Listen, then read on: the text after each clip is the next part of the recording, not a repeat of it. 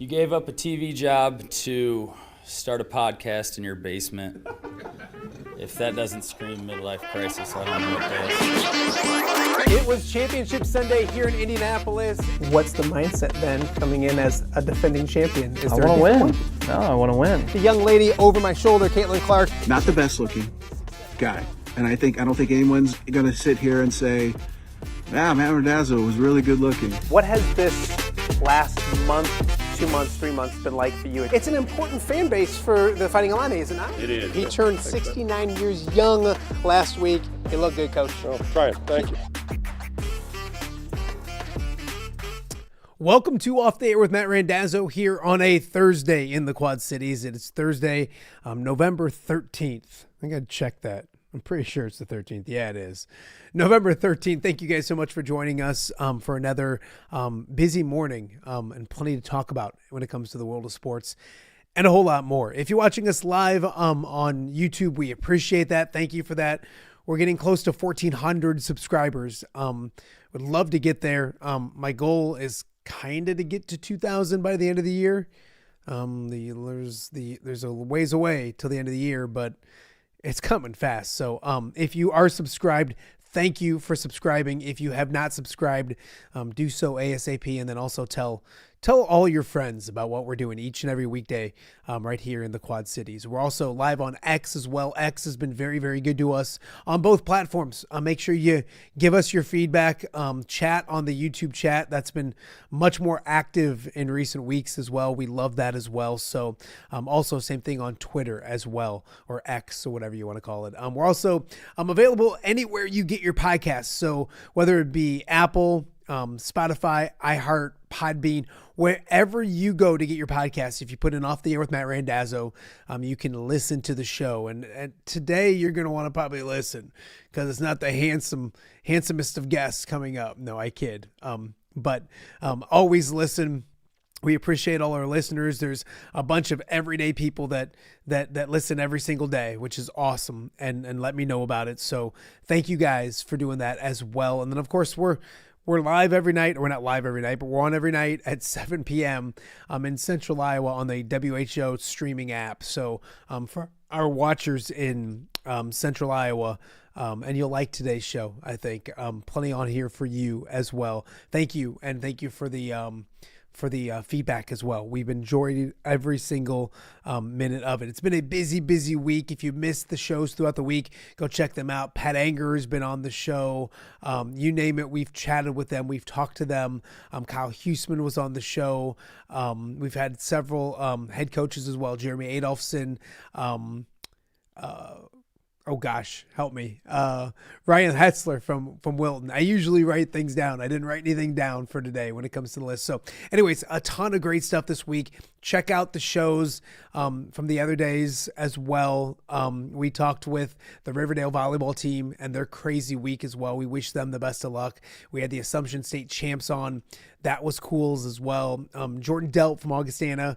The Vikings impressive in their first victory of the season. Mitch Stormer from View from the West.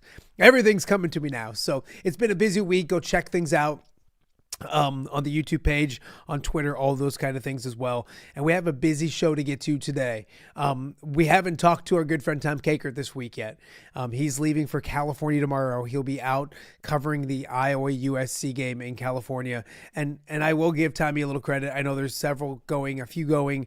Chad Leistico, I'm assuming is going, and several others. I don't want to get, too specific because I don't want to say who is and isn't, but I give Tommy a ton of credit. He's one of those guys that goes to home games, road games, all those kind of things. So the Hawkeye Report will have full coverage of USC and Iowa this Saturday. Tommy will be on in a matter of moments to kind of preview that game. Also, Iowa hosts Xavier tomorrow night on Friday night at Carver Hawkeye Arena. So we'll talk Hawks with Tom Kakert coming up in just a little bit. We've been trying to track him down. He's been a little under the weather, and we totally understand that. But Kedric Prince is back. He'll be on later in hour number 1. Illinois with an impressive victory over Texas Tech. We'll talk all about that. We'll also talk to him about the Illinois football team. They host Maryland this week. They have 3 very winnable games. They could go 9-3, one game at a time, all that kind of stuff. But we'll talk with him about Illinois football as well. So we go Iowa, we go Illinois to start the show. Jake Brenda was on yesterday for Iowa State, if you're an Iowa State fan. And then later in the show, it's been cool talking to high school coaches, but we've done a little more talking with standouts as well when it comes to high school football. Annawan-Wethersfield runs the football. One of their standouts in the trenches is a young man by the name of Carson Jermenc. He'll be on the show later on. He's an offensive lineman, defensive lineman. The Titans, great season, undefeated, ready for the quarterfinals. They'll take on Lena-Winslow. Storied program, one of the best teams in the entire state. So it'll be a big game on Saturday. We'll talk with him about it coming up later in the show as well. All that and much more. We got to talk about Audie Crooks and what she did last night at Hilton Coliseum. We got to talk about Matt Drinkle and what he's doing, the Bettendorf native up in Central Michigan, and they're now bowl eligible. We'll do all of those kind of things a little bit later on in the show as well. As for our off-the-air poll question of the day, we've done several this week. We're going to do one every single day. We appreciate you guys taking part in it as well.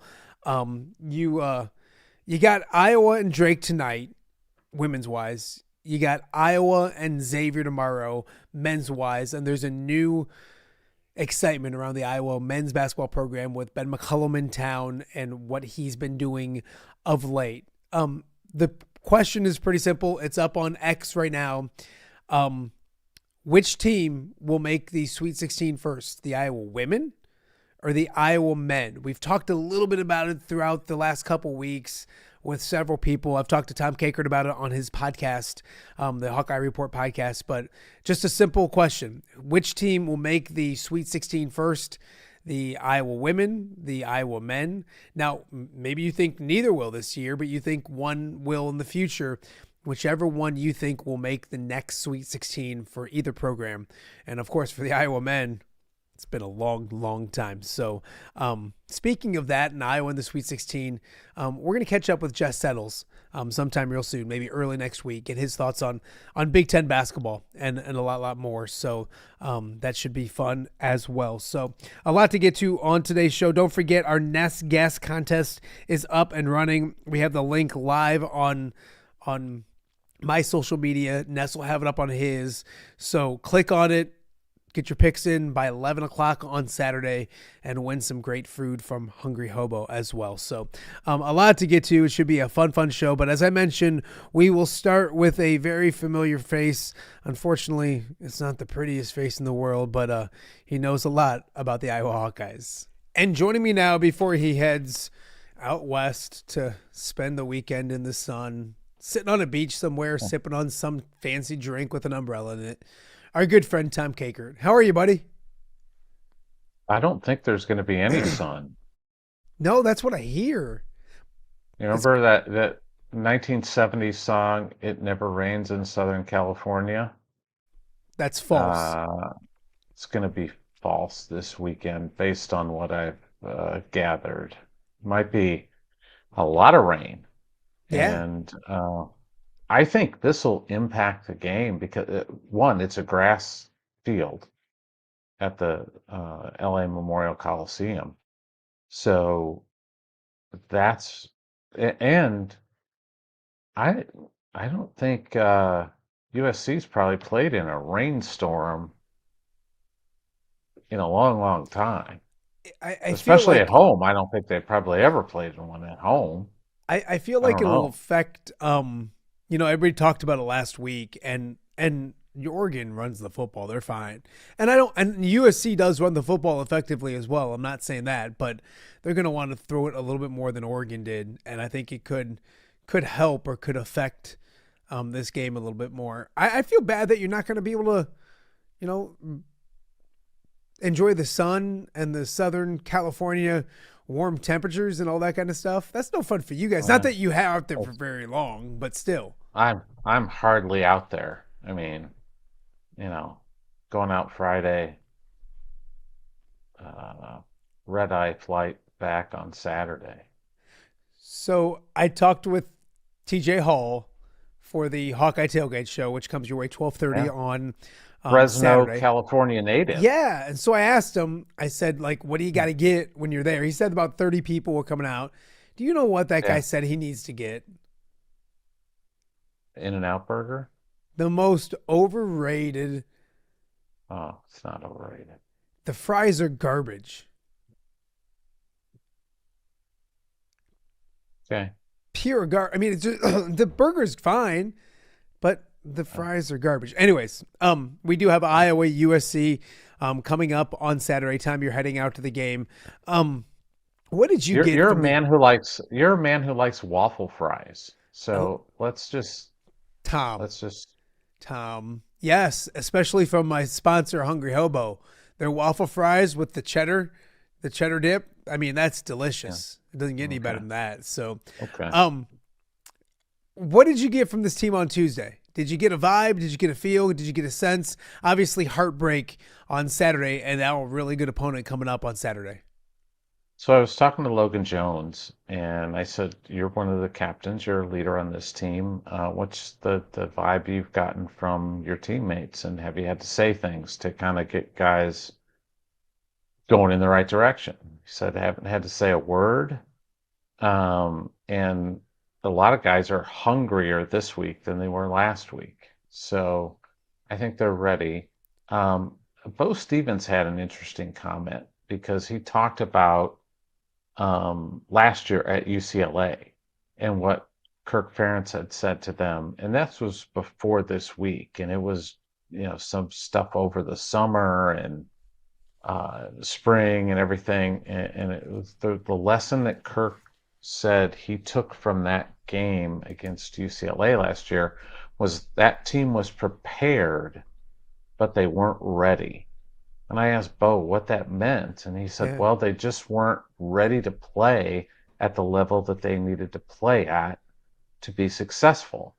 And that's why they lost that game, because they weren't ready to play. They were just sort of there, playing a game, but not playing the way you need to play in the game of that level.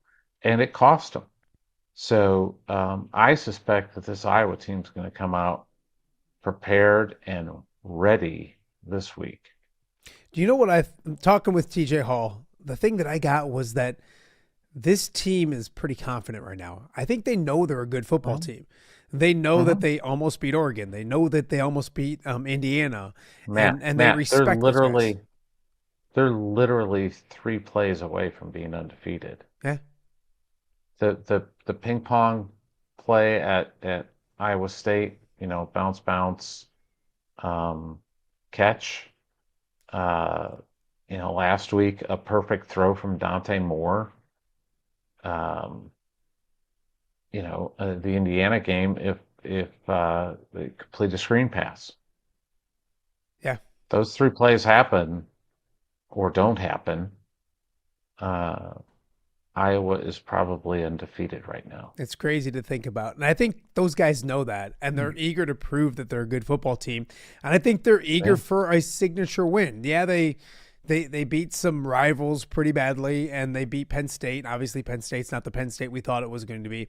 I think they're eager to go and ready to go. Before we talk about the game itself, tell me the stats about out west, because I think it's silly. And I was talking to Pat Anger earlier this week, and I referenced you and your West Coast nonsense and voodoo. What's all the it's been how long since they've went on the West Coast? I don't know. Okay. Well, you're supposed to know.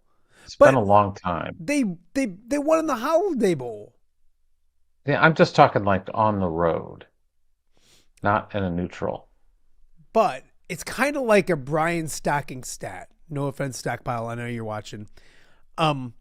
Sometimes they sound really daunting, but there's holes in them. Like they don't play out west a lot.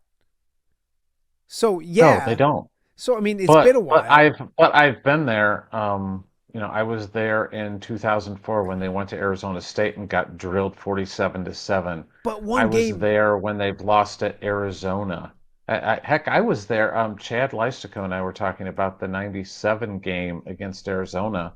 My sister was stationed in Tucson, so I went down to the game, and they got beat 35-11. But none of these players were alive then. And you mentioned 97, 04, and 06 or whatever it is. Yeah, they've just had the other Arizona game. They lost there. Heck, you want to go to a neutral site? The game at the Rose Bowl game in 2016. But why can't we use the Holiday Bowl? Why does the Holiday Bowl, the I don't most know. recent trip out there, everyone's like, well, they can't win out west. Well, they did. They It's went. not They in beat Los USC. Angeles. It's I not in get Los it. I Angeles. think it's a little bit overblown, but it's a good USC team. Kind of talk to us about what USC is. They've been playing really good football. What are your thoughts on the Trojans as we get ready for the game this weekend? Yeah, Jaden Maivea is their quarterback, and he's really talented. Kid transfer from UNLV. The Lemon kid, the wide receiver, is legit. He's like 5'11", but boy, he's got almost 1,000 yards receiving. He's got almost as many receiving yards as Iowa has passing yards this year, which is crazy. We got to go. By the way, we got to go and find our preseason stuff because I don't think it's very good. We don't. No, I don't. literally, Tom, I have a stack of papers right here. I bet you can find it. We're not gonna. One of these days we're gonna. But go ahead. He's really good. That wide receiver is.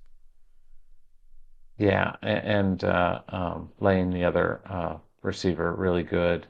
The Miller kid, who's taken over at running back, he was a former walk-on. Their top two guys, one of them being Eli Sanders, who started his career at Iowa State, were both hurt, but this Miller kid's come out of nowhere, and he's running the ball really well. Solid defense. D'Anton Lynn is their D coordinator, and he's gotten a lot of love from various places. Even some pro teams have kind of talked about maybe he's, potential pro DC.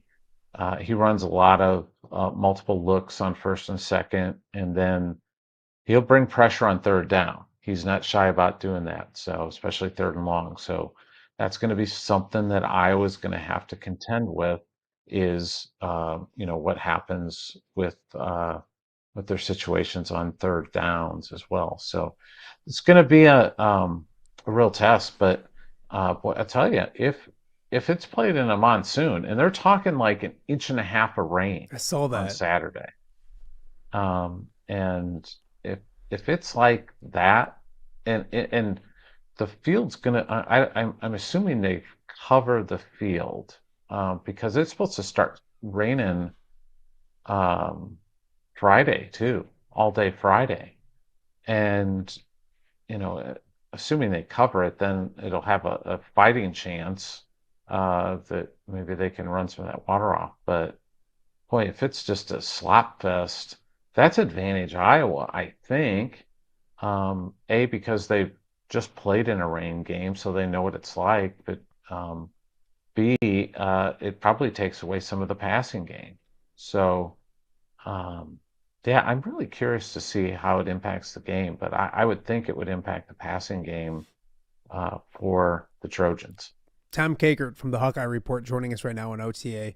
Tom, what does Iowa have to do to be successful? Where are the matchups? Usually up front, Iowa does well offensively. Defensively, the Oregon offensive line was really good last week. Where are the spots where Iowa can kind of expose USC? If they're going to have success, these are the battles that Iowa can win. I'll tell you, Iowa's going to have to win up front more than they did last week on both sides. They didn't win much up front on the defensive side. They got pushed around a little bit. So the defensive line's going to have to be better. I think Iowa's offensive line's going to be the key because you're going to need to run the ball. And I think Gronowski's going to have to run the ball a bunch in this game too. So I'm not sure you'll see a lot of jet sweeps or things like that, because that's just, you got to make a hard cut there on that grass, and it might just be wipeout material. So it's going to be a lot of mid-zone, RPO kind of stuff with Kamari, with Jazz. This could be a really good Jazz Patterson game because you're not going to have a lot of fanciness going out there. It's just going to be running straight ahead, power football, Xavier Williams, Jazz Patterson, and then some Kamari mixed in along with Gronowski. I think that's the recipe to get out of Los Angeles with a victory. I think they have a good chance of going out there and doing just that.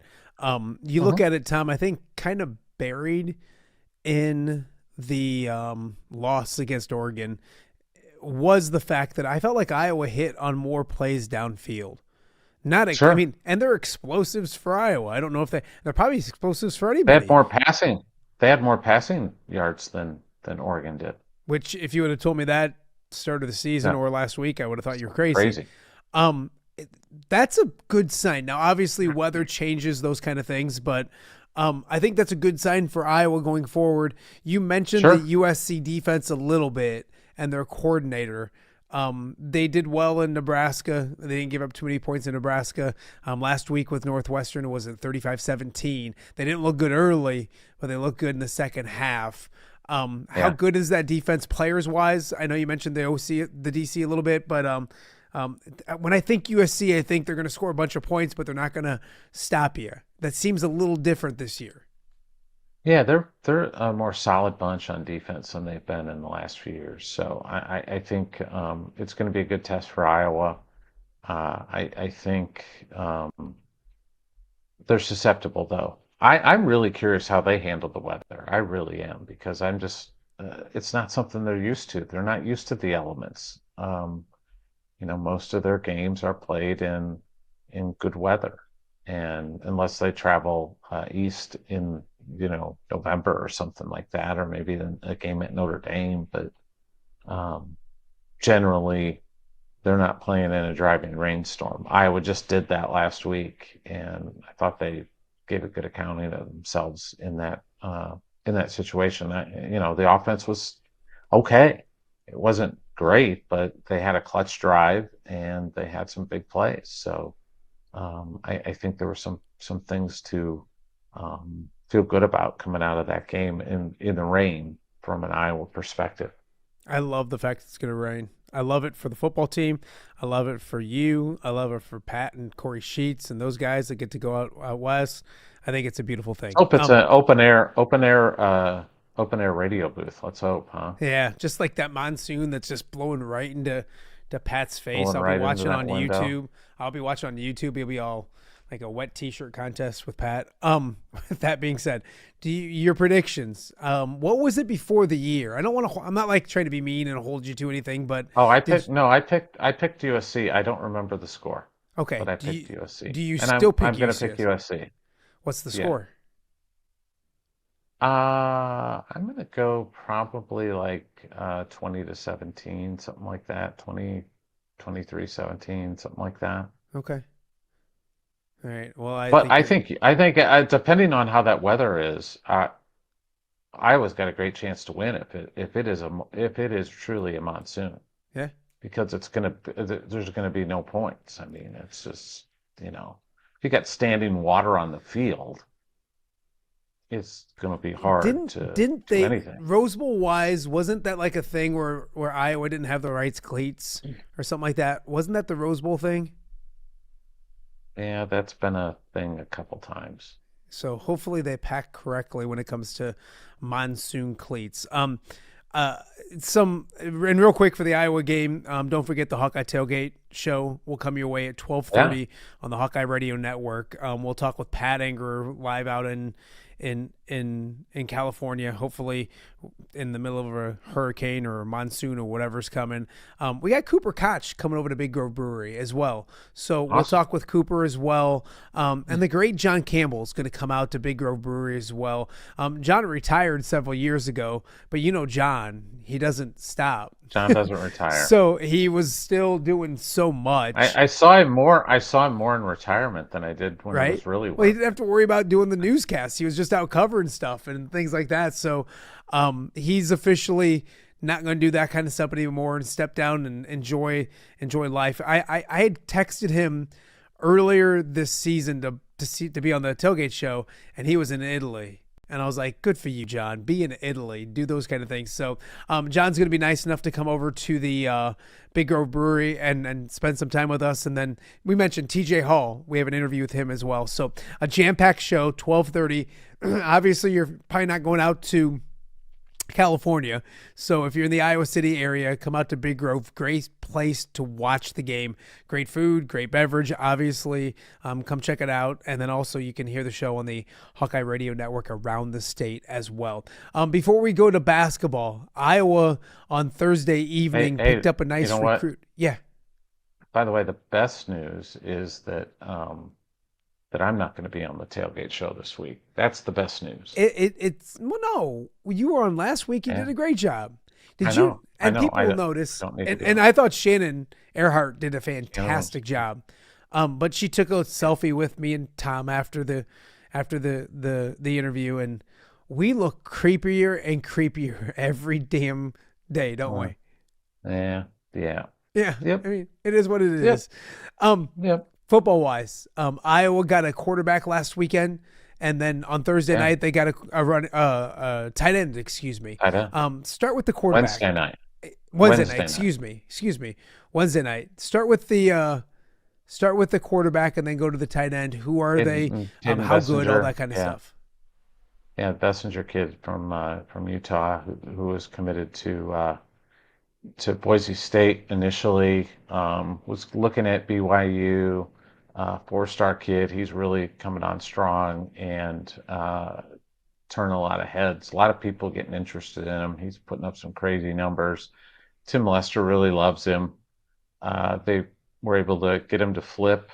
Now they got to hold on to him. You wonder if some of these blue bloods or something, going to come poking around on this kid eventually as his film gets around and as people start to focus on, hey, we really probably need another quarterback. Somebody stole our quarterback, whatever. So that's going to be the challenge. And Luke Brewer is the other kid, tight end, 4-star kid out of the state of Iowa. And he reclassified actually fairly recently from the 27 class to the 26 class. He had offers from everybody. I mean, Georgia, all these schools were after this. Where's kid. he play So at? He's, which school is it? I want to say it's Johnston, but Okay. I'm not positive. Des Moines area. But yeah, it's Des Moines area kid. So he's really talented. He was, the number one prospect in the 27 class in the state of Iowa. So that's a great get between the quarterback and now tight end. Terrific success for Iowa. Now they've moved into the top 25 in the On3, or I should say the Rivals rankings. Now they're Rivals. They're not On3. They're the Rivals team rankings for the class of 26. So I think they're up to 6 4-stars out of the 16 commits that they have.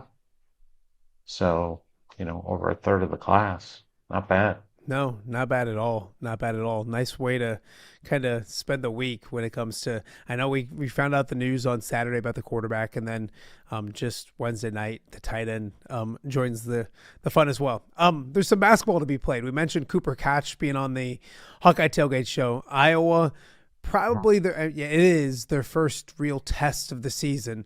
Although it might be by name only. I know Xavier comes to town on Friday night. Tom, what do we know about Xavier? And it seems like it's one of those teams that, it's from a big conference and all those kind of things.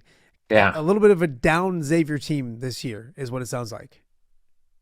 Yeah, their first year, Sean Miller was there after kind of rehabbing his career, and he had coached there before, and now he's down at Texas. So the cupboard was kind of left bare. Richard Pitino takes over, and Richard had started, he was at Minnesota, and then lost his job there and went to New Mexico and did a nice job there. In fact, Donovan Dent, who's one of the better guards in the country, played for him and is at UCLA now.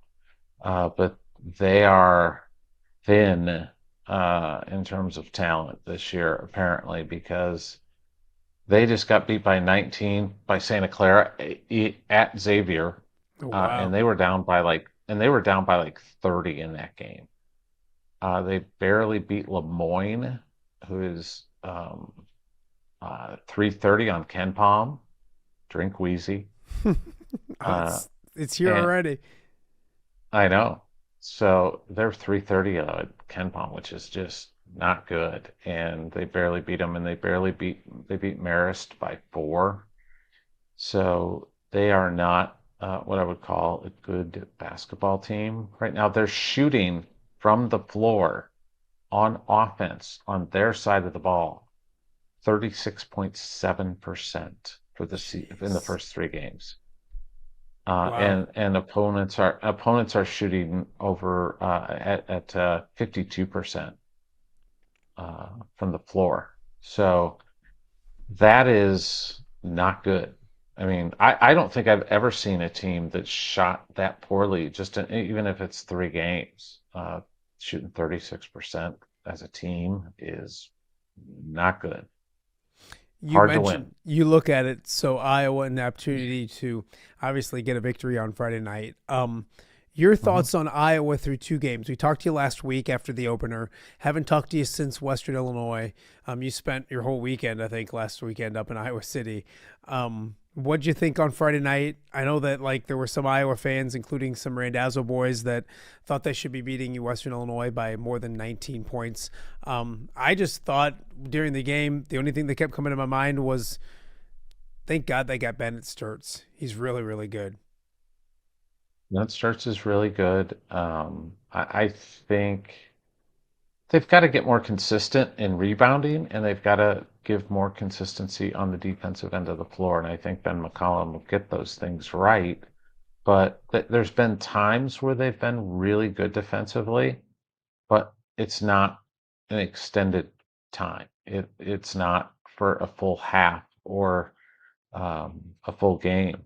They've got to get locked in because they just seem to fall asleep a little bit for a few possessions, and it kind of snowballs, and the other team goes on a little bit of a run. So they've got to continue to work on that. And I think the other thing, we know that Sturts can score. We know that Fulgaris can score. Who's that third scorer going to be on a consistent basis? Tavion Banks, maybe? I just think they got to find a third scoring option, probably a shooter, actually, that can get them buckets from time to time on a consistent basis. So I'm going to be curious to see if Ben McCollum changes his starting 5. He kind of hinted on last Friday. Maybe he had to go bigger. I asked him about that on Wednesday, and he was kind of undecided about it. Didn't really want to commit to anything regarding the starting lineup. He keeps that thing kind of quiet.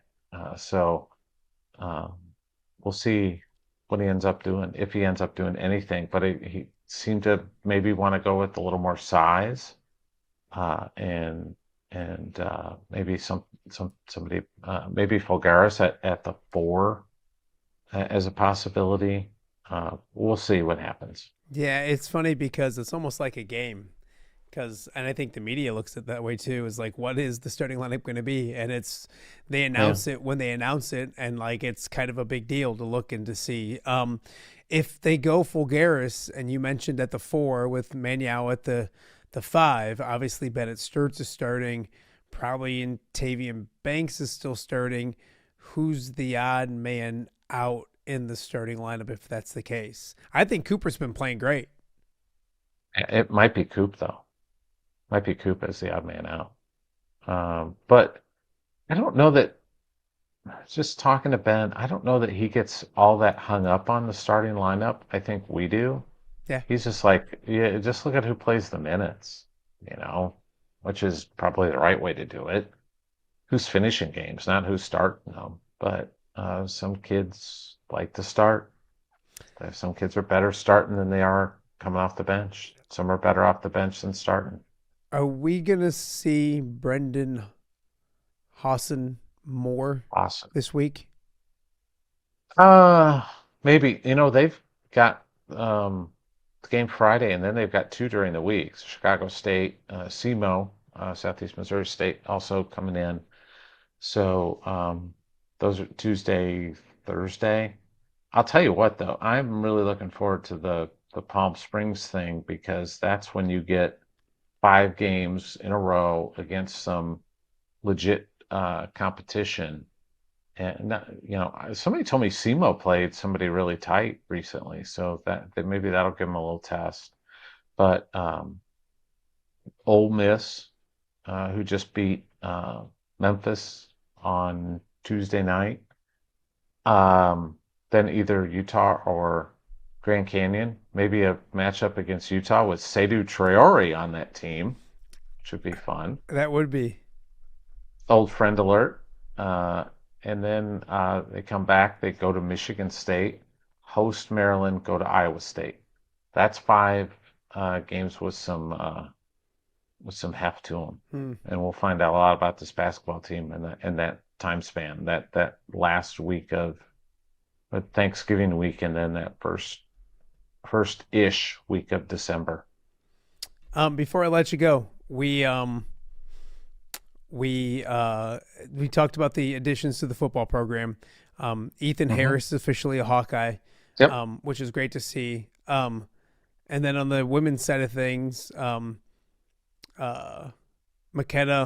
Volitsko is officially a Hawkeye as well. Kind of talk a little more about Ethan Harris. We talked about him when he signed.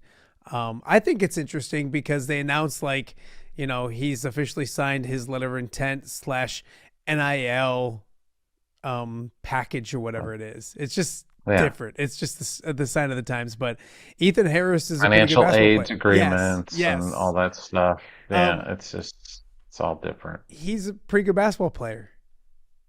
Yeah, 6'8", 6'9", athletic kid, can shoot it. I think that's one of the things that really attracts Ben McCollum, and that's going to be a trend. All those wing players that are 6'9" to 6'6", you got to be able to shoot for Ben McCollum to take you. So you got to be able to guard, and you got to be able to shoot. And he's going to look for shooters with wings with size that can shoot. So that's what they're getting in Ethan Harris. And then McKenna Plechko, 5-star out of San Jose, super talented, obviously. One of the 10 best players in her class in the country. And now they're waiting on see what Addison Bjorn does. A fellow, highly sought after forward from the Kansas City area, and she's just finished up her official visits. So now we've got to see what she does. Tom, what's left with Iowa recruiting for the men?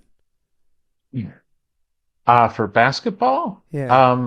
I don't know. I talked to McCollum on Wednesday about that, kind of what they're looking at. He was pretty nondescript. I think they're going to hit the portal for a point guard. I think that's a given. And then I think he's going to wait and see how this season plays out and what they need. And he's going to hit the portal. I wouldn't be surprised if he looks a little bit overseas. I don't know what's going to be left at the high school level, but he told me he wanted to build more through the high school level than he does portal or Euro players. So we'll see if he can stick to that, but you got to fill holes with portal guys sometimes, and they need to do that with a point guard next year. And it's a pretty easy sell to say, hey, that guy Bennett Sturts, he's really good. We need you to do what he did. So at least it should be. But you know what? I never understand it. You're gonna get the ball. You're gonna get the ball a lot, and you're gonna be able to play 40 minutes a game, right? Yeah. Come play for us. I will say this: never for Iowa for some reason. Obviously they just got a tight end commitment, but I feel like the best tight ends and the best linebackers and the best offensive tackles should be lining up at the University of Iowa. Same thing with this situation. It feels like a point guard should be waiting to come and play at the University of Iowa. Am I wrong? I'm gonna let you go, but am I wrong that Ethan Harris and Trey Thompson, that duo might be a thing in a few years at the University of Iowa? Oh yeah, and those are the type of players that Ben McCollum wants to litter that roster with. Kind of lengthy big men that can shoot but have multiple skill sets, can handle, knows how to share the ball, just knows how to play basketball. So I think it's pretty exciting to see what they're going to be able to do. All right, Tommy, before I let you go, I'm wearing my brand new Lions zip up hoodie. Oh, the tied for Congratulations. first place? That's what I'm getting to. The tied for first place? That's what I'm getting to. Congratulations. I mean, this is exciting times. Are you all in when it comes to Bears football? Oh, yeah. I'm always all in. I don't mean it like that, but are you thinking like playoffs or bust? Or are you still cautiously optimistic? Cautiously optimistic. I'm just going to enjoy this ride. They're probably a year ahead of time. Maybe they're like the 2015 Cubs before they won the World Series. That's what I was gonna. So here we go. That's what I was gonna say. Here we go. What makes better sense is, and I don't know if this is the case, but I'd say the 2022 Lions, maybe the 9-8 Lions that won at the end of the season at Lambeau Field to end Aaron Rodgers' career in Green Bay. They didn't make the playoffs, but they finished 9-8, and I can see the Bears finishing 9-8 this season, and that wouldn't be a bad season at all. Big week this week. Yeah. Minnesota's not that good. JJ McCarthy. Hey, you think I'm hard on Caleb Williams? This is I can't remember what year it was, but this is starting to remind me of that year that when Dick Duran was the coach, when the Bears just kept winning games for no reason. There's a lot of years like that the Bears would be lucky and win games that annoy the crap out of me. There's a lot of years like that where like Devin Hester would return 2 kicks for touchdowns. The defense would get a takeaway. The offense would have 105 yards and they'd win a football game. And I'd be like, this team's not that good. But hey, I tell everybody, Tom, just enjoy winning. Like, I'm not that guy. I'm not hating on it. I think there's only one more layup left on the schedule, and that's the Browns at home. The last one? The last game? Well, they almost lost. I know. Man, God. But like, the Brown. Oh, what's that? No, the last you mean game on week the schedule. 17? You mean week 17? Oh, Yeah. Thomas. Yeah. Why is it that the Lions look so? Even Jen looked at me last week when we were watching the game, and she's like, "I'm more pissed off that they lost against the Vikings now than ever." I'm like, right? I'm like, why did they play like that when we go up there and spend a bunch of money, and then they play great in Washington? So, anyways, I always love talking Bears and Lions with you. So, Tommy, enjoy California. I hope you have a bunch of In-N-Out burger and all those kind of things. Make sure Pat doesn't get a sunburn, even if the sun pops out a little bit. Make sure he's being safe, and we'll catch up. It's not going to pop out. Are we doing a post pod? Yeah, I hope so. Okay. I might do it from the booth? I might do it from LAX. Wherever you need to do it from. I do have. Yeah, we'll talk off air. We don't need to figure it out now, but we'll figure out a way to knock that out as well. Tommy, fly safely, all that good stuff. You can check out everything at thehawkeyereport.com. We'll talk to you soon. All right. Thank you. All right. That is Tom Kakert here on Off the Air with Matt Randazzo. Coming up after the break, we'll go from the Hawkeyes to the Illini. We mentioned yesterday that Illinois enjoyed a really, really good game and a really good victory against Texas Tech, and we wanted to talk to Kedric Prince, and he's feeling better. He's healthy, and guess what? He's next right here on OTA. Don't you dare go away. All right, be honest. Are you craving Hungry Hobo again? You know, that fresh sliced meat piled high on those amazing sandwiches, hot off the grill chicken and steak with all those delicious toppings, the biggest and best selection of baked potatoes, or simply some waffle fries dipped in cheese. Well, now that Quad City favorite is even easier to get. Download the Hungry Hobo app today. Order ahead, skip the line, and earn rewards all at the same time. There's Double Points Monday and exclusive specials as well. With 12 locations in the Quad City area, it's Hungry Hobo. Now even easier to find, but still hard to resist. Rafferty Funeral Home, dedicated to serving families in the Quad Cities since 2007. Hi, welcome. Here, come on in. An experienced staff plans each service to reflect the unique life and legacy of your loved one. Rafferty Funeral Home is proud to serve our community with dignity, respect, and compassion, helping you to celebrate your traditions and lasting memories no matter your faith, culture, or budget. Rafferty Funeral Home in Moline. Call today to discuss prearrangements.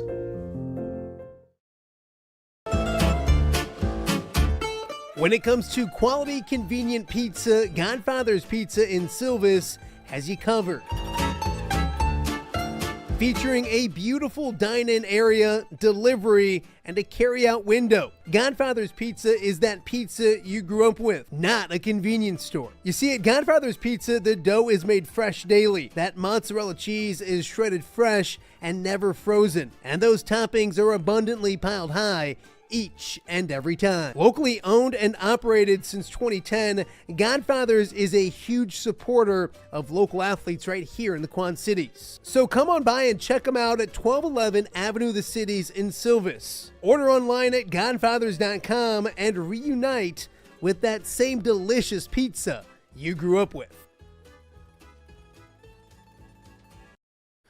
Welcome back to Off the Air with Matt Randazzo here on a Thursday in the Quad Cities. It's been a while since we've talked to my favorite Illini guest, and that's no slight at Jim Madsen. I love Jim Madsen; he's the best in the world. But my life is my mornings are always better when I get to see this guy, my longtime good friend Kedric Prince, and Illini expert joining me right now on Off the Air with Matt Randazzo. Good to see you, my friend. I know you've been under the weather. I'm glad that you're there and kind of smiling a little bit this morning. Good to see you, my friend. Thanks for having me, man. It's like you get one illness, you get another one. That bout of bronchitis knocked me back. So sorry to let you down last week, but I'm feeling a lot better this morning. You've never let me down ever. Now, your Illini have made me mad in the past, but that's not you. That's the Illini. But hey, they didn't make anybody mad the other night, and that's kind of where I want to start because I know you have high expectations for this basketball team. I think a lot of people do, but they didn't know what Tuesday night was going to look like. There's some injuries. There's some pieces that aren't there right now. Your thoughts on Tuesday and that team getting a gritty, gutty victory over a really good Texas Tech team? Going into the season, Matt, I thought they would be good. Brad Underwood is always going to put a good team on the court. And they know, the coaches see it every day, and it's their job to tell us, the media, what we want to hear. And when I went down there, I mean, you could kind of hear the buzz and the coaches. And the one coach I talked to, his name was Orlando Antigua. He's a good guy, and I was talking to him on media day down there. And there's been two times down there when he said to me, "Kid, we're gonna be good. We're gonna be good." That was when they had Eye on Kofi that year, and then this past October. So we talked about a few players, and me personally, I didn't think they'd be this good. I didn't. I'm not going to sit here and lie to your listeners. And a lot of people can sit and say, "Oh, kid, come on." Nobody thought that. You made the comment about Tuesday night's game against Texas Tech. That was the game for me. I told a lot of people who text me and I talk to me and that are my friends, that's going to tell me a lot because they've lost those games. And I think Brad Underwood was surprised. I think since 2011 was the last time they beat a non-conference ranked opponent in State Farm Center or Assembly Hall, whenever it was then. Right. That tells you how long it's been. So having said that, I didn't know what to expect. They played Tennessee at home last year, Matt, and they lost. The way they played, and they played arguably without one of the top 10 centers in the country in Tomislav Ivičić, and they won. And then his brother was struggling defensively, so he didn't play much the second half, and they beat a really, really, really good Texas Tech team. I think they're good now. I'm sold. That's the thing that I came away, and you're like this. You'll watch basketball. I know you watch a ton of basketball. Please tell me you don't have YouTube TV. You're not like me. You get ESPN, all that kind of stuff, right? I have YouTube TV, but they're about to lose a customer in about 2 or 3 hours. I can't. I feel bad. I feel bad because I like them. Well, you know why? Because I got YouTube TV. This is no lie. Iowa played Penn State in a football game a couple years ago, and I just wanted to watch it. Yeah. And I don't know if it was DirecTV or whatever company I had at the time wouldn't show the game. And I'm like, I want to see the Iowa and Penn State play. So my friend introduced me to YouTube TV, and I love it. But I got to see, like, do you know Purdue and Alabama play? I want to watch those games. Yeah, like I was because Illinois, I was so scared, kid. I was like, this game's gonna be on ESPN or ESPN2 or whatever. And I went and looked. I said FS1, and I literally out loud went, yes. And like my kids are like, what? Yeah. I'm just like, it's just because I want. But like I wanted to watch Creighton and Gonzaga. And that was on ESPN, whatever. It was some ESPN network. And I wanted to watch, the Iowa boys, Owen Freeman. That's a high quality basketball game. Sure. Should have been, and couldn't watch it. So, I'm the same way. I don't know how much patience I'm going to have. I'm still, I noticed it Monday. I couldn't watch the Monday Night Football, but I still have an antenna like on a couple of my TVs. So like I could go watch the ABC feed of the game. Anyways, enough cable talk. But I walked away from that game, and you're like this. You'll watch a game and you'll be like, and your team's not on playing. It's just like you mentioned, Alabama, Purdue. You'll probably walk away and go, man, it's a high quality basketball game. That's the first thing I thought after I got done watching Texas Tech and Illinois. It wasn't like, wow, Illinois is good, or wow, Texas Tech's pretty good. It's that's a high quality basketball game between two really good teams. I mean, TJ Toppin was as good as advertised, and he made plays. But on Illinois' side, you don't know who it is right now every night, which I think is what's going to make them dangerous. I know we knew Stojakovic was going to be good, but you have to see it to believe it, if that makes sense. We watched him out west and play really well last year, but you want to see it in your team's uniform. What did you see from him? Because he did efficient 26 points in 23 minutes, or vice versa, 23 points in 26 minutes. Right. And I think that's what impressed me. It was the efficiency. We knew he was good, but to see it is a beautiful thing. Your thoughts on Stojakovic on Tuesday? I wasn't surprised, and I know I upset a lot of Twitter people when the preseason you upset people. No, I know. When when preseason All Big Ten list came out, I was upset. The mistake that I made, I focused on the Iowa player, and I shouldn't have done that because I think there was a kid from Michigan that made it, but I was upset because I thought Stojakovic should have made it. Because somebody was making the comment, or maybe it was some other team, that I don't think the kid should have been on there. The reason why I was upset, because I know how good Stojakovic is. You're right. You've seen him play at Cal, and then my stupid self brought up the fact that he was a former McDonald's All-American. And nobody cares once you get to college. I'm sorry, they really don't. And so the fans were upset about that. They were probably right. But this kid is a proven player. I mean, his last college basketball game prior to playing at Illinois was Virginia Tech, and he scored 37 points. He put up 30-something against Clemson. So what he did the other night, I'm not surprised, and I'm going to tell you, this is going to happen a lot more than what people think. The adjustment for him was this. When you saw him play against Jackson State, he looked different because on all those other bad teams that he played on, he was the man. You just threw the ball to him and got out of the way. And against Jackson State, he was kind of doing it, and he struggled. A few days later, coaches talked to him, put him down, and put him in position to score, and he's great at it. He's really, really a good player. And I'm glad you asked about him because a lot of the national media slept on him. A lot of guys were saying, well, we probably made a mistake with the All-Big Ten team because he should have been on there. He really should have. But then I was told that him and Tomislav, they both split the boat, so they kind of knocked each other out. But he makes that team different. And what you said can't go unnoticed. They have a bunch of guys. They actually have 5 guys. I literally mean all 5 guys in the starting lineup, because he'll be starting, that could put up 20 points and lead that team in scoring. You know one of those guys is going to put up 20. It doesn't matter, or possibly 2 of them, because of how well they play in the offense. So I think he's a great addition. I know that's probably not the other teams in the Big Ten didn't want to see it. He's a tough matchup, and he's a lot stronger than what he looks like. It's funny you mentioned that because Tom Kakert was on the show earlier talking about who Iowa's third option is scoring. And he's right. And it's like, you're right. It's who's of the 5, and somebody can have an off night and somebody's going to step up. I want to talk to you about his defense, because I think we look at the numbers and the efficiency. I think he was 11 of 16 from the field, but he had like 3 blocks and 3 steals. And the biggest defensive play of the game was the block shot where it looked like Texas Tech had an open look. And I know defense it's a subject for Illinois basketball because it hasn't been, better than average maybe in the last couple of years, and that's probably being nice. Your thoughts on that side of the floor? Because I think if he can play that type of defense, and we're going to talk about Boswell in a second, but his numbers don't be like, oh, wow, he had 5 steals or 10, whatever. But if you just watch the game of basketball, you know how good he is on the defensive side of the floor.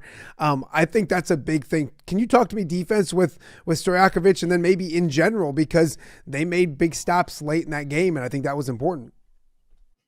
Well, I want your listeners to know that you're not serving me up with softball questions. You're just not. The questions that you're asking me, I'm like, come on, Matt, ask me this question. And you are. And the reason I'm going to say that, I'm saying that is because he's a good defensive player. There's a statistic out there, and I feel bad that I didn't look it up, but he is an outstanding defensive player. I think out of all the wings in college basketball last year, he was one of the top guys in block shots at his position. I mean, seriously. And when I find it, when you put, when I get a chance, I'll tweet at this show, and I'll go back and tweet at it, and I'll make sure I let people know. But when he was playing last year for Cal, he had a statistic where it was 1 or 2 a game, and the way he defended. And the reason I was excited was because of that. And then he had the game-winning block shot at the end of the game. And a lot of people were asking, well, why does Brad Underwood have him guarding the point guard? The kid is 6'6", and he moves, and he can block shots, and that's another reason. You mentioned Kylan Boswell, and now you have another great defender there standing right next to him. I was concerned, and I have to be really careful how I say this, and I should have been prepared for it. Going into this season, looking at that team on a sheet of paper, I thought they can't guard me right now, and that's not fair. But what they did Tuesday night proved different to me. People thought because they didn't look athletic enough that they weren't. You haven't mentioned Zonovan. He had, 5 blocks himself? They play defense, man, and he led the SEC in blocks. So they have length. They have guards that can block shots. They have bigs. They guard. They defend. Nobody was stopping Toppin. And I want the people to think, oh, my gosh, Illinois' defense is bad. Go do your research. That kid's done that to everybody. Yeah. Everybody he's played. Illinois is good defensively. They have been very average at the best. And that was one thing about it. All his teams always hung their hat on defense. Now you have a group of guys that look like a bunch of NBA players because that's what they do.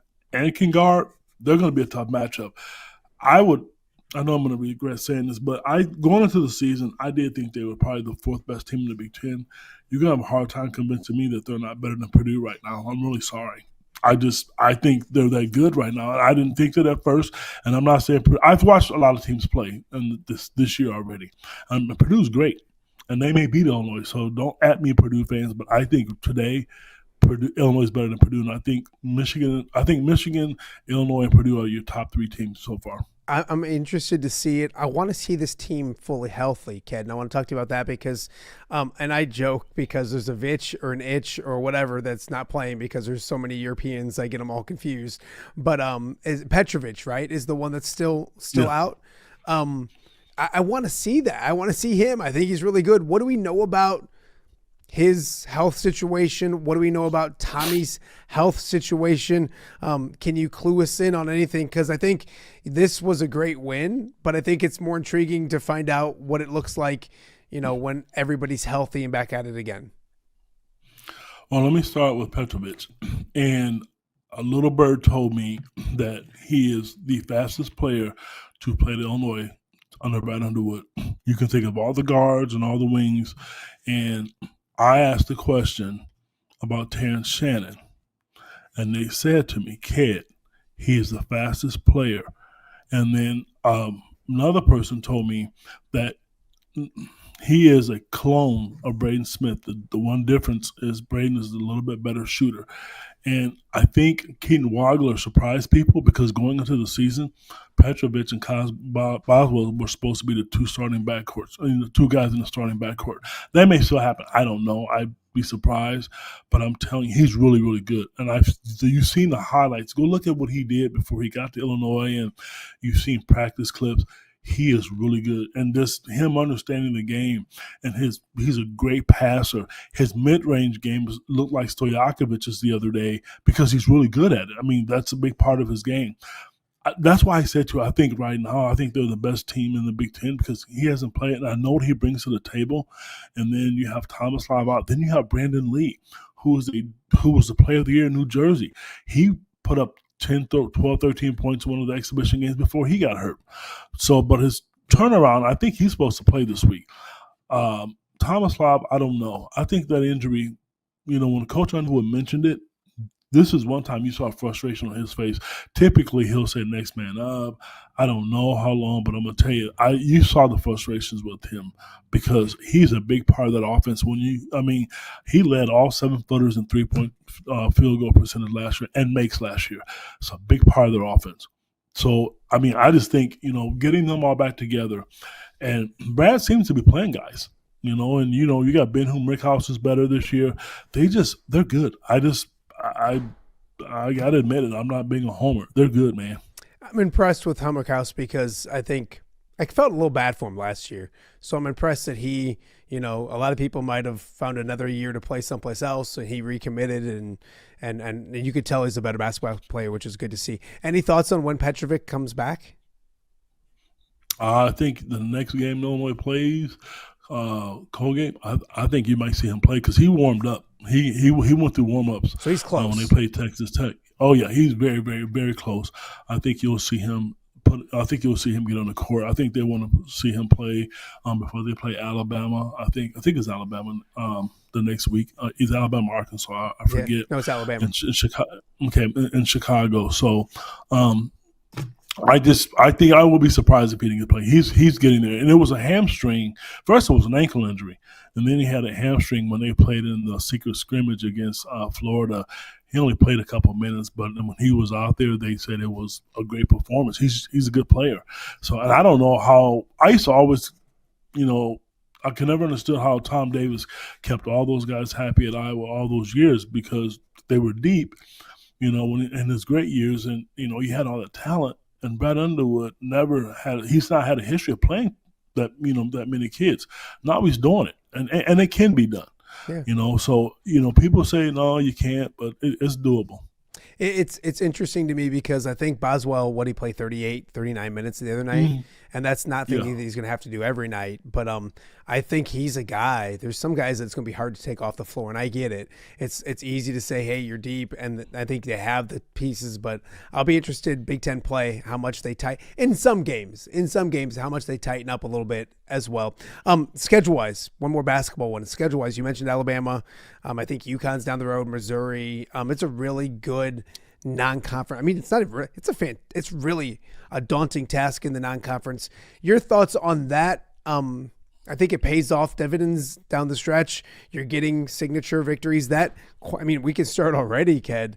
That's a quad 1 victory. Like we might as well. It's November, but there's a lot of opportunities like that. Your thoughts on what's to come, because it's a daunting schedule, but I think it's one that the Illini embrace. They want to do that. Brad is not going to run from anybody. I look at the schedule and I thought, what the hell? You got UConn, you got Alabama, you got Arkansas, you got Tennessee, you got Missouri, Texas Tech. But the thing is, I was here for it, but I didn't like it when you weren't winning those games. You have to win some of those games. That's why Tuesday to me was not only the fact it was a test of talent, but it was also a quad 1 win. And, I think when they play Alabama, they need to win that game. It's on a neutral court, but you win those. If you go 500 against those teams, and you're in the top 2 or 3 of the Big Ten, you're going to get a good seed. You're going to get a really, really good seed in the tournament. So that's the important thing. And I think some of these teams that are playing these cupcakes, it's great. If that's what you want to do, but when it's time for tournaments, you want, and then, the quad wins matter, but also the quad wins outside of your non-conference schedule. I look at a lot of Big Ten schools this year. They're playing some really good competition. I mean, there's some really good teams out there that are playing high-quality competition, and I think the conference needs that. With the 2 best conferences in sports right now are the Big Ten and SEC. Nobody can argue that. I don't care if football, basketball. And you want to see those teams play head-to-head, not just because you have to in the tournament. I think that's great for TV. I think it's good for the fans. And it's also a testament of where you are, from a talent standpoint. I think at some point, I know we're talking about Illinois here. Iowa's going to get to that point. I don't think they're going to run from people much longer either. And I'm not saying they're going to do what Brad Underwood is doing, but they just won't have to play Iowa State. You're going to see some Creighton's on those schedules, I bet, at some point, teams like that. So or Missouri. I would be really surprised to see Iowa. And I get why they did it. They played a bunch of cupcakes, but that's going to change eventually too. And it is like a bakery when you look at some. Tom was on earlier, and it's like, even Xavier, which is Friday, is Xavier's not good. They're not good. No, I know it's a name. I know it's a name, but don't let that name fool you. But you look at it, and I know they tried to schedule Marquette. I think that was the name that they were trying to get this year. But 100%, I think it was they don't want to run from it. And, it's everyone loves March. I love March. February is great too. But there's something to be said, Ken, and Feast week, Thanksgiving week, right? Just sit down. Yeah. It's getting cold outside. Coming. By the spring, sometimes I feel bad. But sometimes in March, I'm like, God, I'm going to sit inside and watch basketball all day, and it's starting to get nice outside. I should be more active. In November, it's starting to get crappy. You're like, hell, I don't want to be out there. And you just settle up and you watch some basketball, and that's a beautiful thing. I got to talk a little football with you before I let you go. Off the bye week, and I'll ask you, because you have a pulse of Illini Nation. I know there's excitement for basketball. There should be. They won on Tuesday.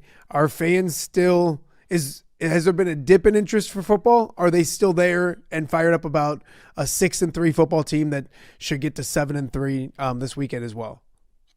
I think people were upset, mad, hurt, whatever adjective you want to use, when they lost to Washington. That was a tough loss for people. Do I think people are still interested in the program? Yes, my understanding of the information we get from the Sports Information Department as a media guy, I think it's supposed to be sold out.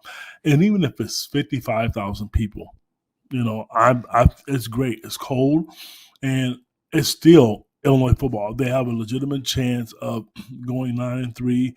It's not going to be easy. I don't think any stretch of imagination. I think these teams right now, the three teams that have left, they're playing for something. There's pride. No one's going to roll over just because you're Illinois. So I would expect them to come out to play and to win. But I'm not saying anything because it's football. And I think basketball, it's easier for teams to dominate. But in football, I think it's a little bit different.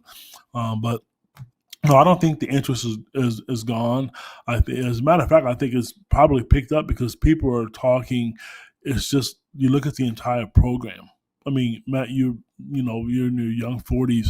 You look at the entire program, man. It's never been a good time like this. It's either one program's been decent and one's been bad, and Brett's not going to go anywhere. I think people, were frustrated with the defense, and the way they played against Rutgers showed hope. So that kind of rejuvenated it. But people were thinking, why didn't you do this before? So the interest is still there. I know I'm still engaged. I'm still interested. Just because the basketball team is great, doesn't mean the football team's not. So I'm still hoping, and you're probably gonna laugh and cover your microphone. I'm still hoping a couple teams lose and they get in the college playoffs.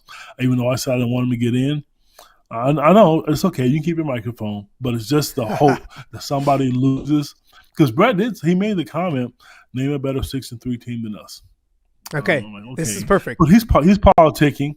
This is perfect because we talked about this we did a poll question. We do a poll question every day. Go vote on today's poll question right now. But I think Monday's was, one of them was, right now, which team locally is better? Iowa State, Iowa, or Illinois? Which is the best of those three teams right now? As of today, November, whatever the day is, 13th or whatever, 14th. Who's the best team?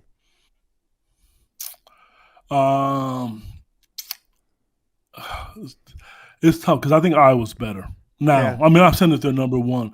But before, I would have said Illinois is clearly better, and I have to answer your question. I'm still going to say Illinois. I think everybody I think everybody can lay claim to it.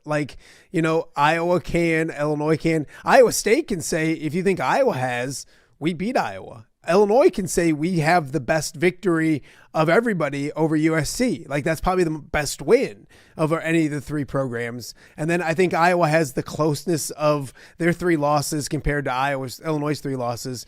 Iowa's are by 10 total points to three really good teams, and Illinois is by like 89 points to three really good teams. So anyways, go ahead. I didn't mean to interrupt you.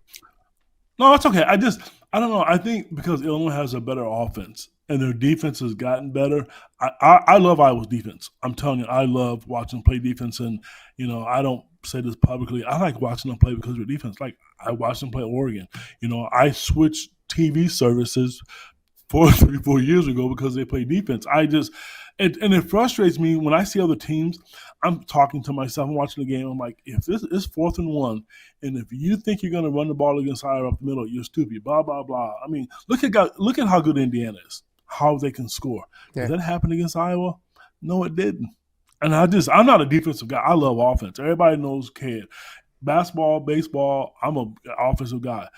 I love watching them play defense. It's just I don't understand the way they tackle, and they tackle well in space, and they don't make mistakes. And I'm thinking, how in the hell can a college football team do this every year and do it so well? So if I had to say that, if it was based on that, I would say I would, without a doubt. Truthfully, if I was, what's the defense coordinator? Is it Parker?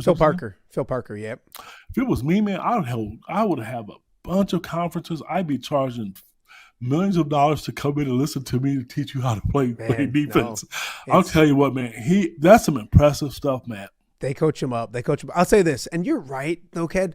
Like, you look at this college football playoffs, and teams are losing. Like, these SEC teams that are in are 2 losses, and they got a tough schedule left. You know what I mean? And Notre Dame, they're at 2 losses. I mean, they have an easy schedule, but what if they go to Pittsburgh and lose this week? So I don't think you're crazy to think that, there could possibly be a 3-loss team in the college football playoffs. I'll say this, though.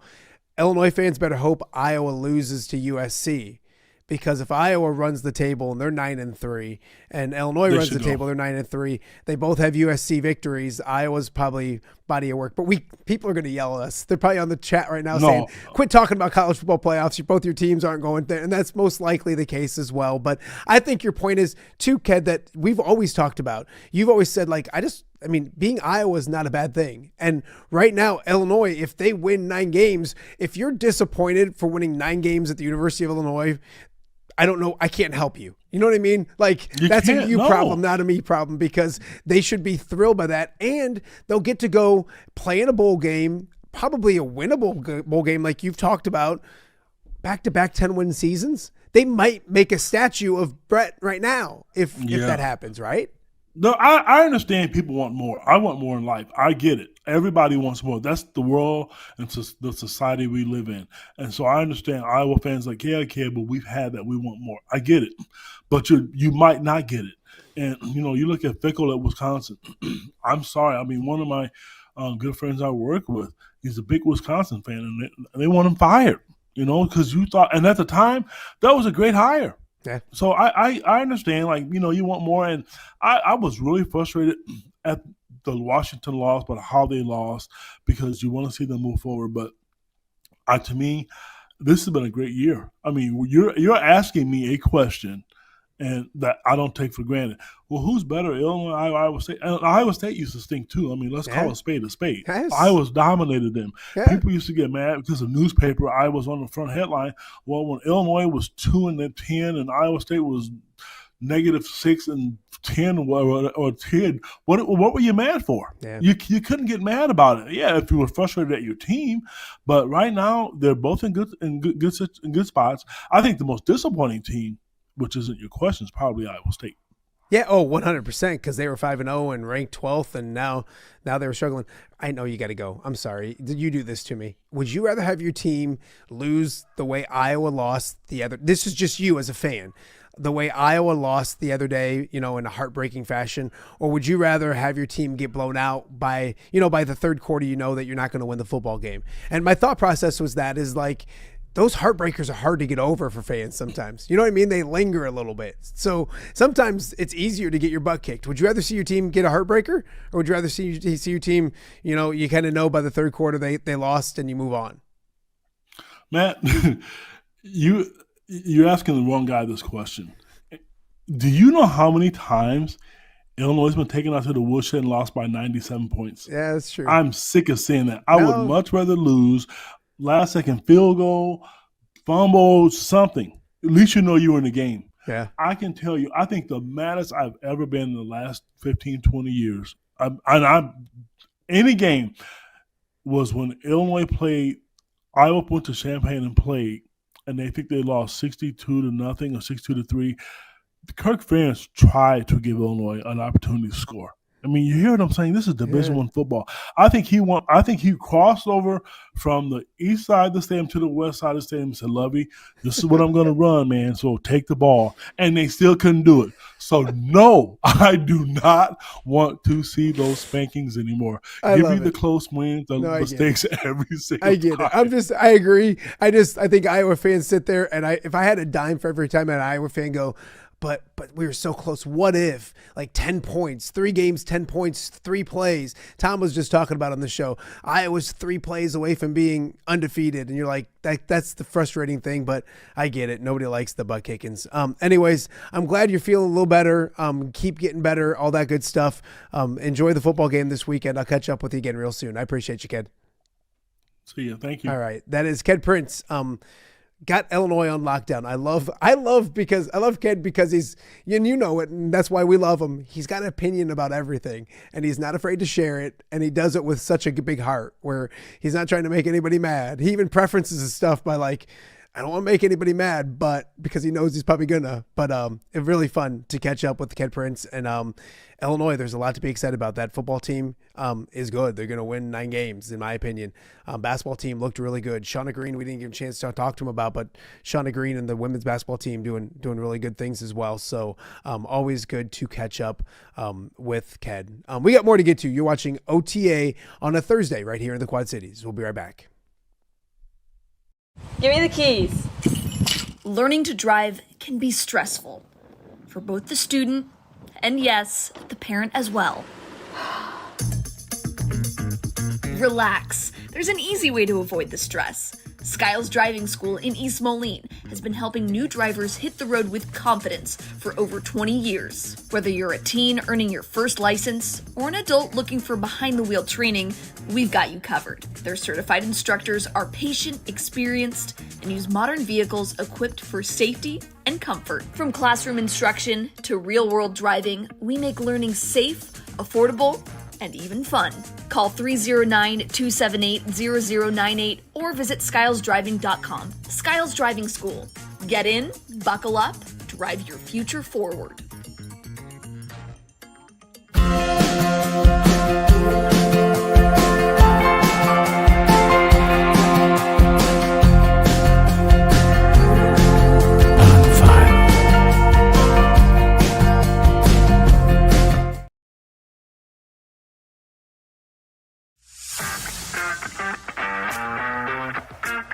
Are you looking to take your next party, tailgate, or golf outing to the next level?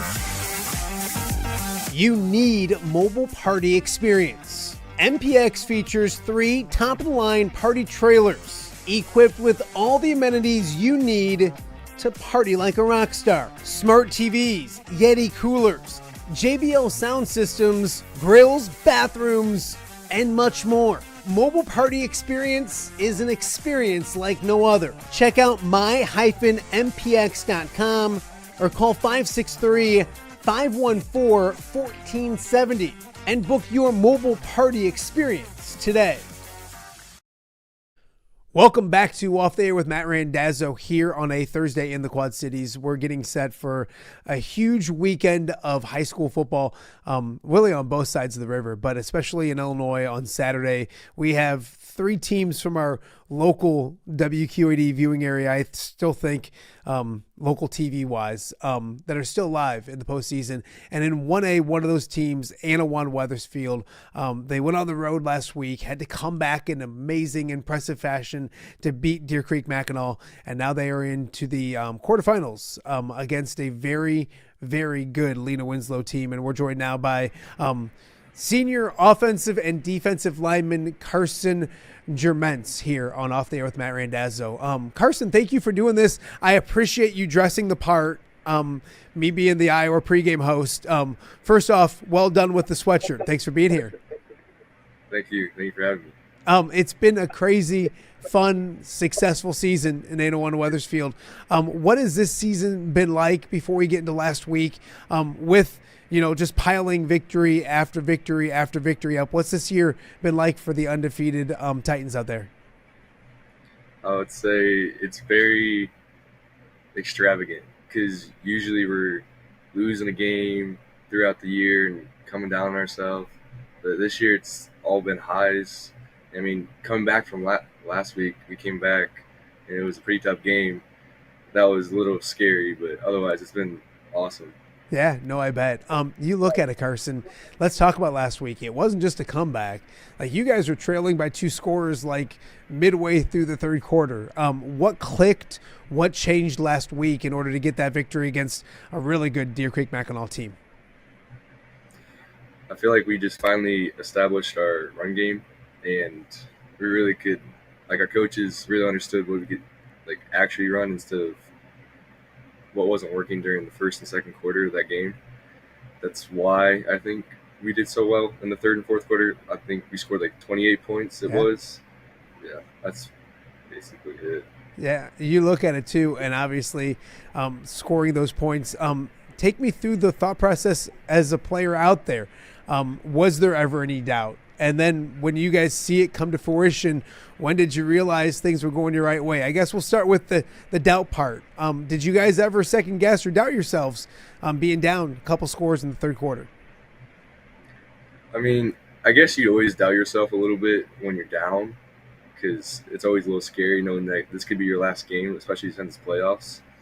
But I feel like our team has such a great mental ability to come back and reset and always think 0-0, time to lock in and win this game. When did you know you might have had them? When did you realize things were going? Because momentum is an awesome thing, Carson, in sports. When did you guys start feeling it that you were going to get out of here with a victory? I would say when we went down, scored after their 4th and out, and then we got them with another 4th and out and scored and came out with like 33, I think it was.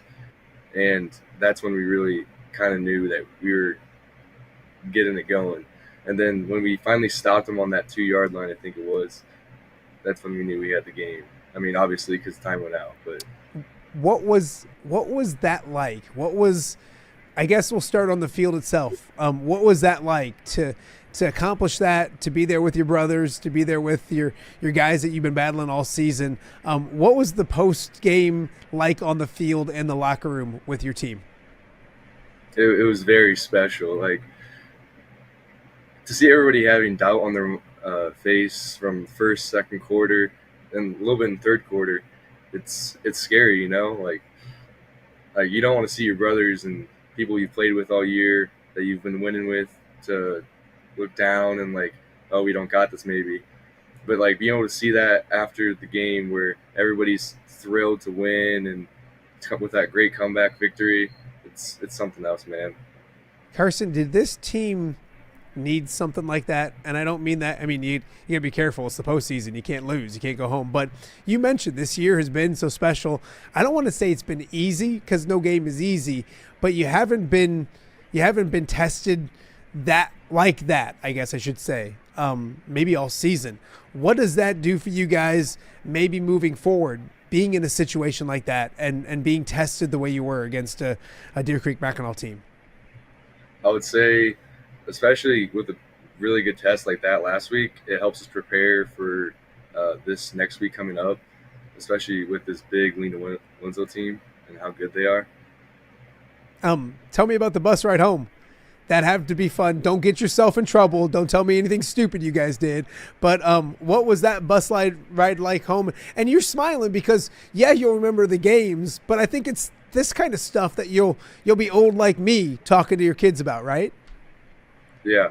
I would say it was, for the first half of it, it was pretty special. It was blaring music, singing along, having a good time.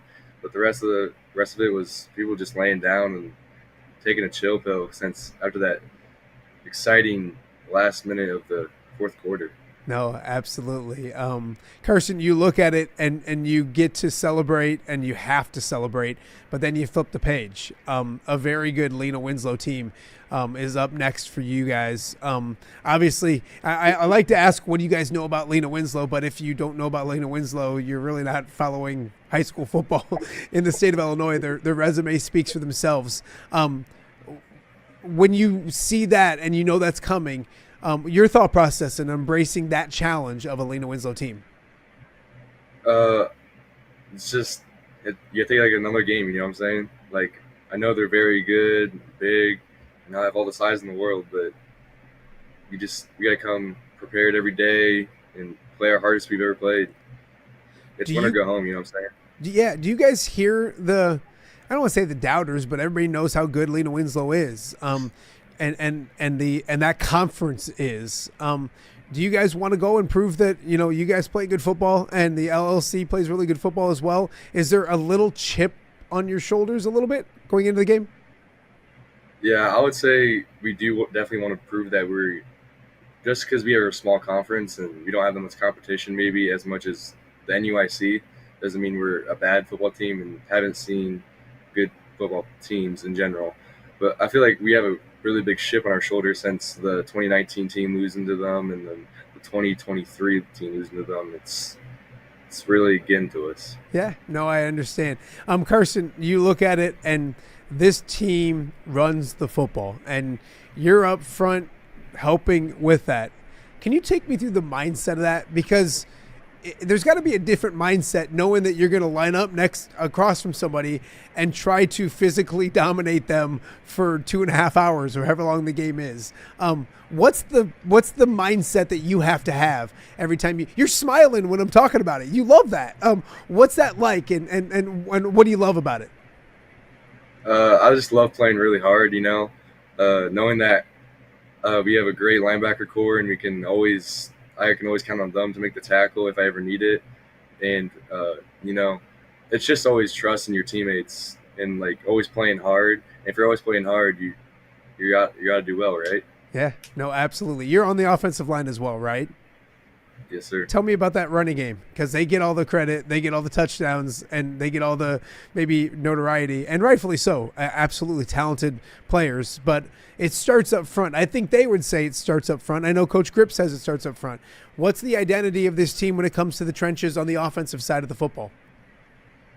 For like their defense your offense, what your offensive line? I mean, what's it like? And I know you guys lead the way for these guys. You gotta love it, right? Knowing that you're able to block for your 3 great running abilities in the backfield.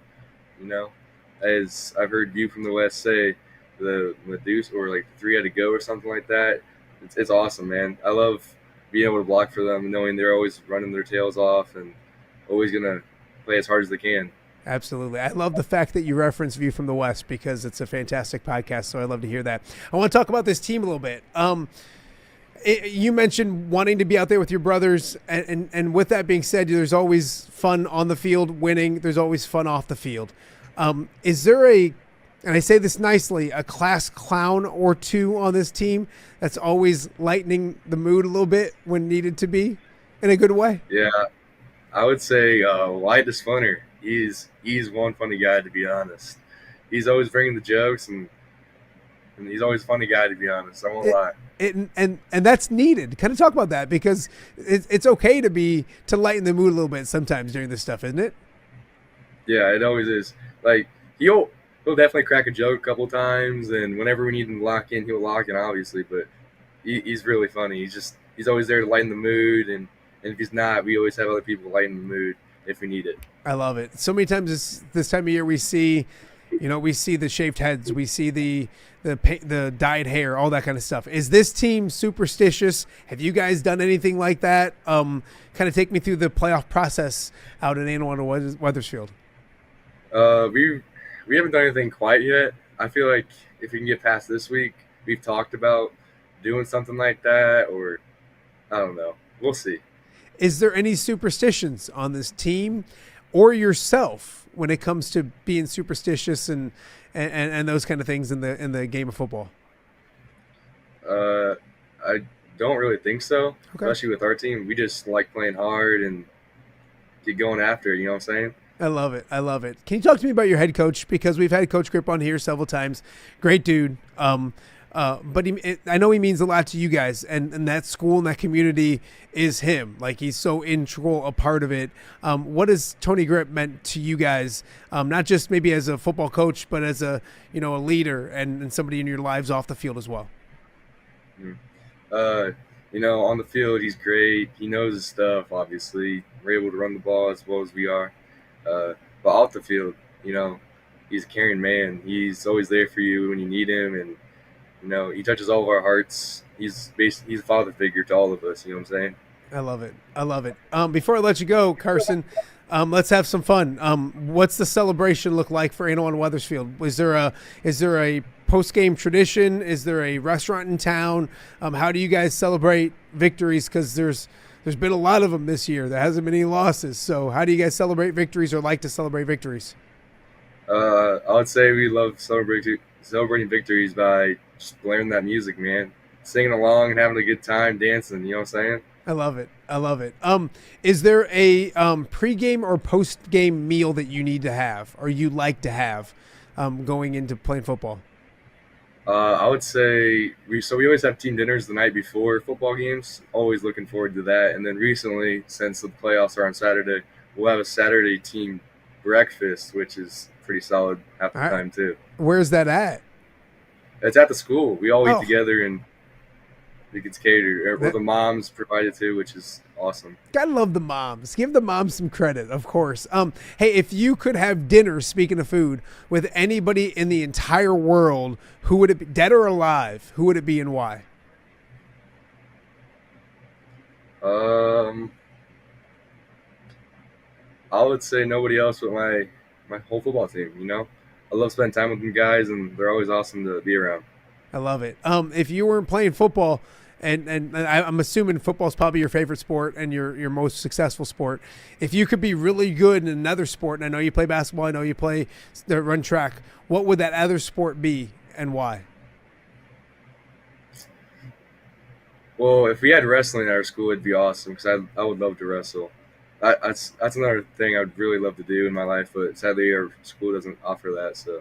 Oh, that does stink because I have a feeling a guy that likes to play in the trenches would do pretty good when it comes to wrestling as well. All right, before I let you go, how do you guys prepare for Annawan-Wethersfield? I know when it comes to on the field practice wise, you're doing the X's and O's stuff. How do you prepare mentally? How do you make sure you don't get caught up in the hype and all those kind of things? What's that like as you get ready for probably arguably the biggest game of your career? Yeah, I would say just like you said, you can't get caught up with everybody talking and, saying how good or you're going to lose by this much or all of the people that are doubters. You can't focus on that. You always got to play your best game. That's what we're going to try to do on Saturday. I love it. Hey, Carson, you did a fantastic job. Thank you for doing it. I hope that you got out of a good class. Did you get out of a hard class at least? Don't tell me you had like study hall or something like that. No, I had weightlifting with my coach Griff actually. Well, get back in there and get to work. And like I said, I appreciate the Iowa sweatshirt. You dressed the role very, very well today. So there you go. That was a heartbreaker last weekend, wasn't it? Yeah, it was sad seeing them score field goal at the last minute. You guys were probably playing the same time as the Iowa game, or ish around that time. So I was able to watch the last 2 minutes of the Iowa game, and I saw them lose. Very disappointed. So it's your fault. The last 2 minutes, If you wouldn't have been watching, they probably would have won. No, I'm kidding. Hopefully they can do better against USC this weekend. Hopefully you guys can do great as well. Carson, fantastic job. Best of luck. Go beat Lena-Winslow. We'll talk to you again real soon. All right, thank you. All right, that is Carson Jermenc joining us right now on Off the Air with Matt Randazzo, talking high school football. Annawan-Wethersfield, a huge game with Lena-Winslow. Also this weekend coming up, it's Geneseo in 4A. They host Morris, and in 3A, it's Monmouth-Roseville going to Richmond-Burton. Also, several teams still live in 8-man as well, including Milledgeville. So we'll keep an eye on the 8-man stuff as well as we roll forward. So, and also best of luck, of course, to Wilton. They're back at the Dome on Saturday at 1 o'clock. The second straight season, the Beavers have been in the state semifinals. We got more to get to. You're watching OTA on a Thursday right here in the Quad Cities. Hello, Dan Pearson here of FCA. Our team is thrilled to support Off the Air with our good friend Matt Randazzo. We share the view of the power of sport when it comes to relationships, including the influence of the coach. FCA believes the coach is the most influential person in America. Matt celebrates local coaches and athletes. His content is informational, insightful, and inspirational. Our Fellowship of Christian Athlete team loves partnering with Off the Air with Matt Randazzo while we engage, equip, and empower coaches and athletes in our 23 counties. FCA, the heart and soul in sports.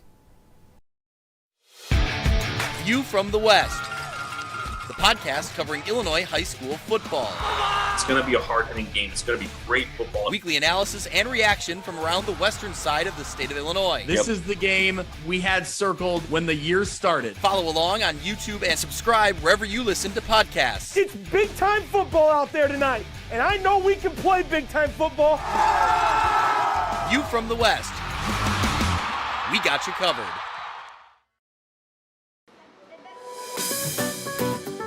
Are you looking for the Quad City's best chips and salsa? There's only one dude to turn to. Right on. Snoop. Hand-cut chips, fried fresh with that crunch you've come to love.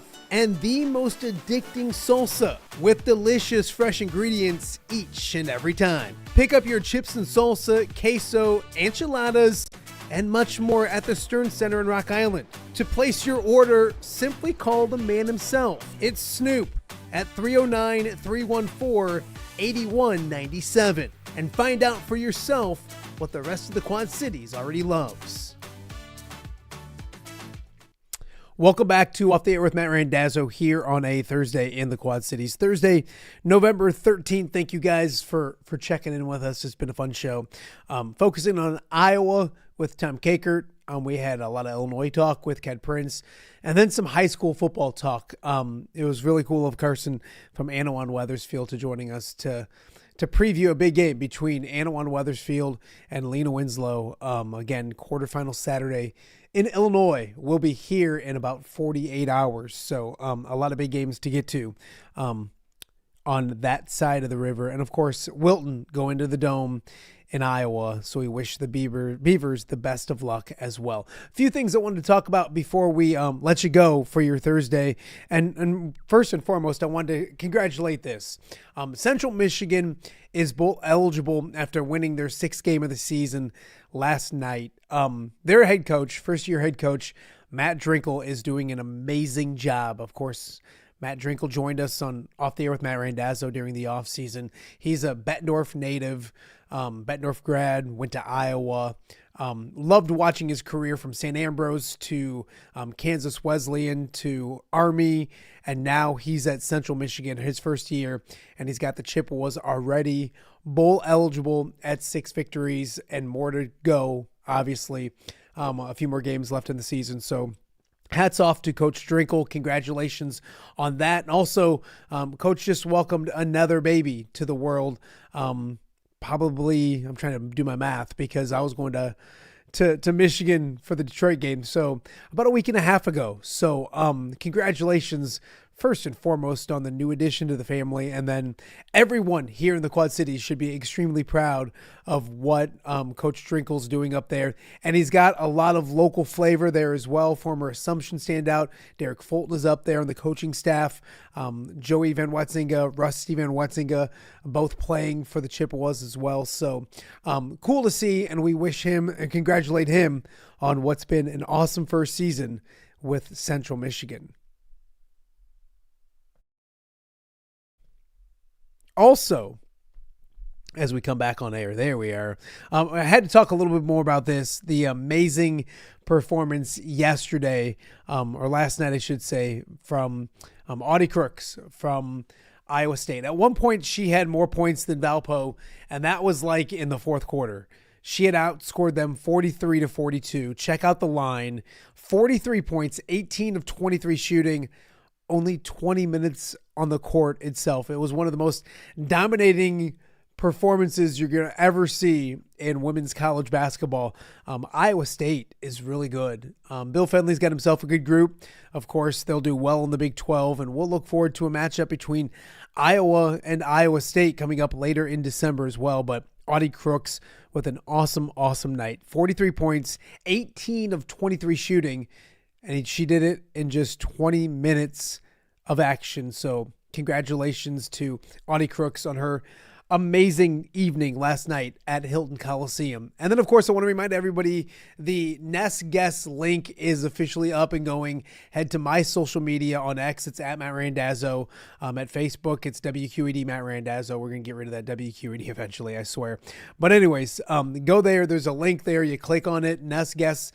You fill out your picks, and you can win some great food from Hungry Hobo. So, thank you to everyone who has already signed in and signed up. And, of course, go do that. It's a ton of fun. Really simple to do. Doesn't take you long to do it. Completely free. Everyone loves free. And join in on Nest Guest. Of course, if you don't know what Nest Guest is, Mark Nessler was a longtime sports writer, sports editor here in the Quad Cities at the Rock Island Argus and the Dispatch. And he did it for 37 years. I grew up doing it. I grew up cutting it out in the paper and all those kind of things, doing it online. Eventually, when I was on TV, I would be part of it for a few years with him, doing the partnership with the TV station and the newspaper. Ton of fun to do. He quit doing it about 7 years ago, obviously, when he was done at the newspaper, and reached out to him and said, Nas, let's do this. Let's bring this back. And he was like, sign me up. Let's do it. Actually, it took him a little bit of time to convince him, but once I got done convincing him, he was all in, and he's had a ton of fun doing it. And we've shot every segment almost from a Hungry Hobo around the area. And thank you once again to Hungry Hobo for being a fantastic sponsor, not just of Off the Air, but of course of the Nest Guest contest. But it's been a lot of fun. We go on Tuesdays, we shoot the segment, and I love this because let me see if I can find it. I'll play it for you guys. I put it up on social media. It was on yesterday's show, but yeah, there it is. He's formed a awesome friendship with my youngest, Carson. They both deal with and love 6'7". So this was the end of the segment yesterday. I thought it was kind of a ton of fun. And the biggest Nest Guest fan now, and he is Carson Randazzo. And he wants me to lose so bad. Look at him over there. He does. Who do you want to see, Carson? Do you want to see? Come here. No. Come on screen here. You got to behave yourself. Yeah. Okay. Come on, Brandon. Because we're going to. Who would you like to see get a pie in the face? Me? Oh, you. Yeah. What about Ness? No. You want to help Ness if it happens? I think.